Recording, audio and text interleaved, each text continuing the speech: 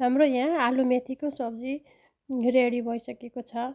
हजुरहरू पनि एकचोटि अवश्य नै यसरी नै ट्राई गर्नुहोला। एकदमै मिठो हुन्छ साथीहरू। मैले पनि आज यसरी फर्स्टचोटि बनाएको, मलाई चाहिँ एकदम मन पर्यो। यहाँ हाम्रो आलु पनि मजाले पाकिसकेको छ। ल हेर्नु साथीहरू।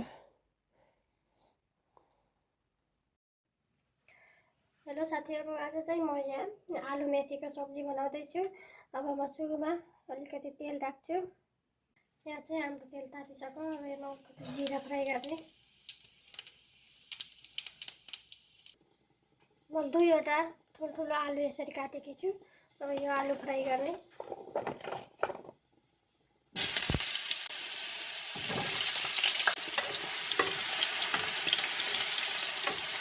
यसलाई एकछिनसम्म यसरी नै चलाउने।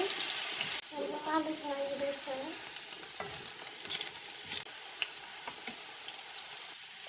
आलु यतिको फ्राई भएपछि म यसमा माथिबाट प्याज हालिदिन्छु। प्याजलाई पनि एकछिनसम्म आलुसँगै पकाउने।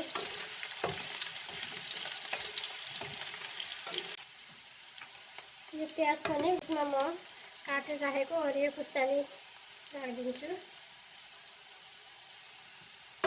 हजुरहरूले कतिको पिरो खानुहुन्छ त्यही अनुसार आफ्नो आफ्नो स्वाद अनुसार। म यसमा पिसेर राखेको लसुन अदुवाको पेस्ट हाल्छु।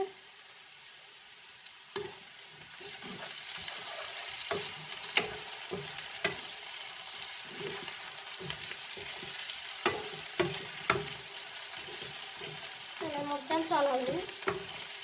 म यहाँ काटेर राखेको 2वटा टमाटर हाल्छु। यहाँ चाहिँ टमाटर अलिक बढी हाल्नु होला, किनकि मेथी आफैले तितो हुन्छ।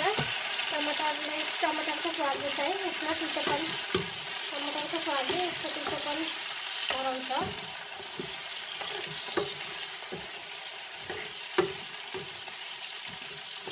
म यहाँ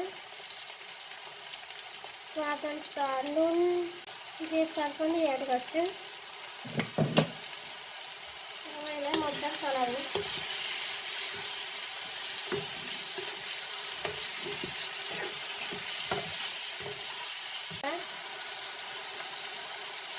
जिरा धनियाको धुलो,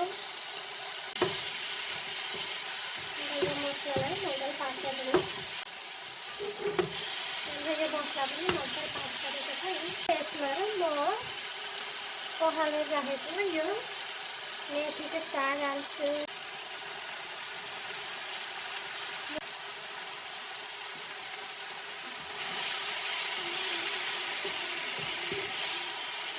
यसलाई मजाले चलाउने। यसरी पकाएको मेथीको साग एकदमै मिठो हुन्छ।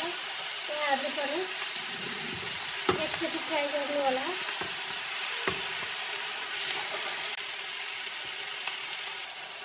म चाहिँ अब यहाँ माथिबाट थोरै गरम मसला हाल्छु। यसलाई चलाउँछु। 1-2 मिनटसम्म यसरी नै पकाउने। यसलाई धेरै चलाउनु हुँदैन, फेरि हाम्रो आलु गलिसकेको छ।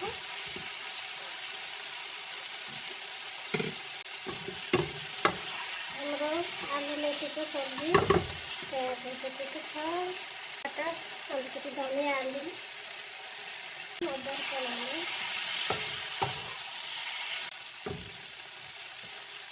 हाम्रो आलु पनि मजाले पाकिसकेको छ। मेथीको सब्जी रेडी भयो।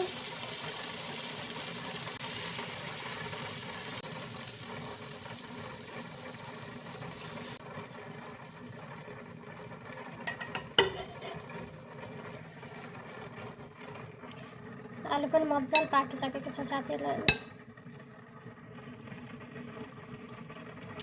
हजुरहरू पनि एकचोटि यसरी बनाएर ट्राई गर्नु होला।